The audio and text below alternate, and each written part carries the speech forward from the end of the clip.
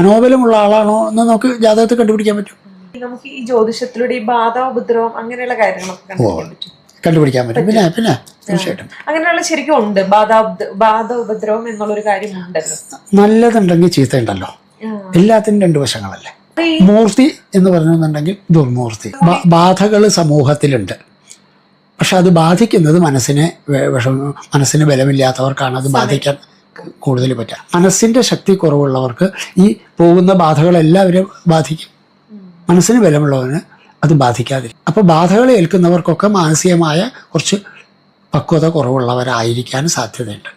മനസ്സിൻ്റെ പക്വത കുറവാണോ എന്ന് ജ്യോതിഷത്തിൽ കണ്ടുപിടിക്കാൻ പറ്റും. മനസ്സിന് ബലമുള്ള ആളാണോ ഈ വന്നത്, മനസ്സിന് ബലമില്ലാത്ത ആളാണോ വന്നത് എന്ന് കണ്ടുപിടിച്ചിട്ട് അയാളോട് പറഞ്ഞാലാണോ പ്രശ്നം വരിക, പറഞ്ഞില്ലെങ്കിലാണോ പ്രശ്നം വരിക എന്ന് ജ്യോതിഷന് മനസ്സിലാവും.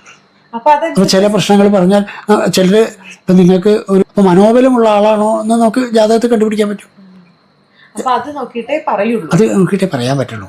അല്ലാത്തവരോട് പറഞ്ഞാൽ ബുദ്ധിമുട്ട് വരും. കാരണം അവരൊരു സമാധാനത്തിന് വരുന്നതാണ്. അപ്പോൾ അവർക്ക് കൂടുതൽ പ്രശ്നങ്ങളാണ് വരിക നമ്മൾ പറഞ്ഞു കൊടുക്കുന്നതോറും. അപ്പോൾ പ്രശ്നം വയ്ക്കാൻ വന്നിട്ട് ഒരു പ്രശ്നം വരുമല്ലോ.